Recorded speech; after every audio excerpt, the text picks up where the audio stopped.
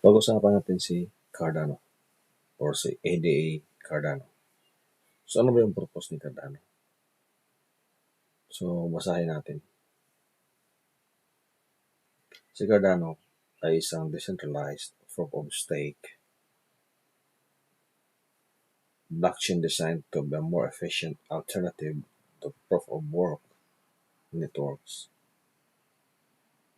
So ito naman si Cardano ay is named after Augusta Ada King, Countess of Lovelace. So, who is commonly regarded as the first computer programmer. So, doon po yung kinukuha yung project na yan. So, si Cardano, founded by Charles Hoskinson. So, isa po siya sa mga founders ng Ethereum.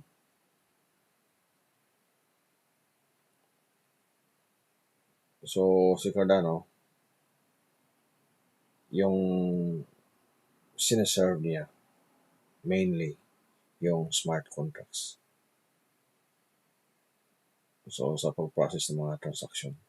So, over time, marami na siyang in-upgrade. Yung development niya is gumaganda na.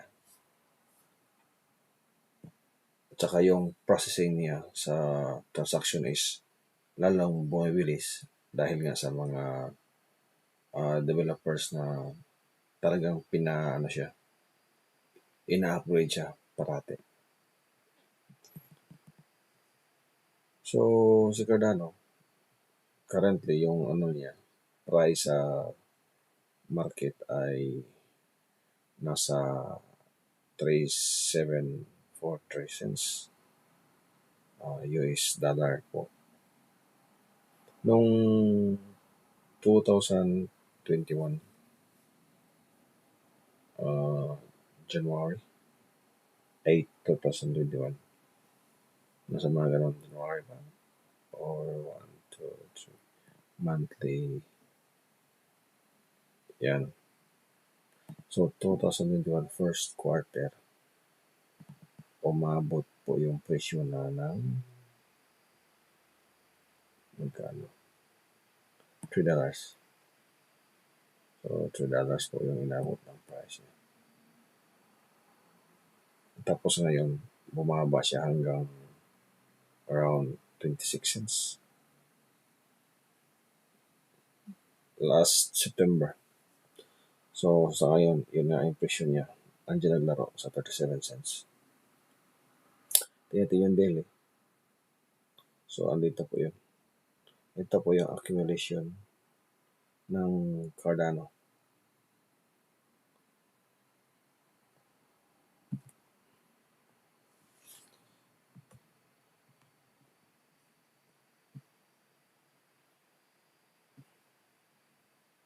So, nakabili ako dito. Bumili ako around nasa 30 cents. 32, 32. So, andito po yung price ko. At bala ko pa rin dagdagan konti pag bumalik baba sa nasa 32. So, hindi ako nag-exit dito kasi yung bala ko talaga is long term. So, may mga projection ako sarili kung kailan ko i-benta. At saka yung paniniwala ko sa Cardano, talaga tataas ang presyo nito. Lalo na pag malapit na ang Bitcoin halving, which is mangyari siya 2025. So, first quarter, tataas to. Sa estimate ko, sa weekly niya, September, so by January, February, estimate ko ay nasa $1 ang price ni Cardano. So, hold on lang ako dyan. Tapos, dahil mag-Bitcoin halving, so yung belief ko talaga, 2025, aabot ng $3 to. At saka, another halving coming after 2025, aabot to ng $7 or 10.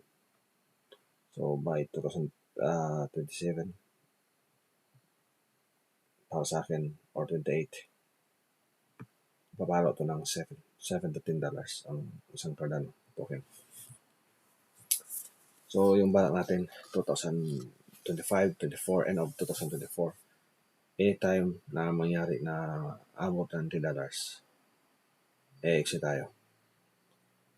So, yung kailangan natin sa pagbili ng token ay be patient lang at saka tingnan mo yung project niya kung talagang fully developed na ba. Hindi ba siya rug pull o ano ba yung mga tao dito sa likod ng project na to.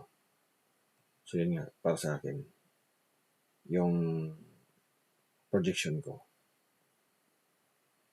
babalik to sa $3 by early 2025 or late 2024. So, ito yung mga crucial months na titigan natin. So, yan lang muna ngayon. Sa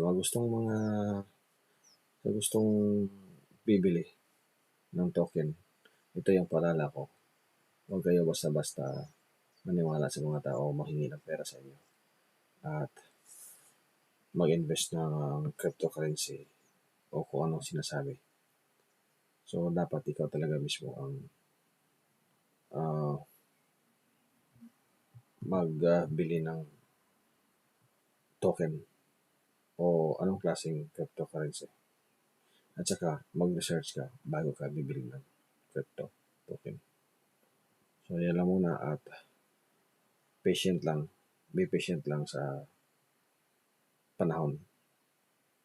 At magbunga rin yung natin, pagtsatsaga sa crypto. Kasi walang a millionaire overnight. Talagang pasyensya yung kalaban natin.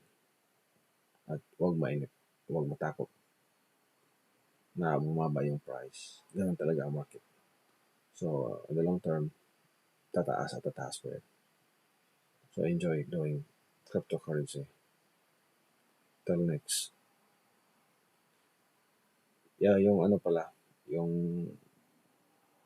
sa baba, andun na yung link sa gusto mag-open ng account sa Binance or sa Mex Exchange. So, salamat.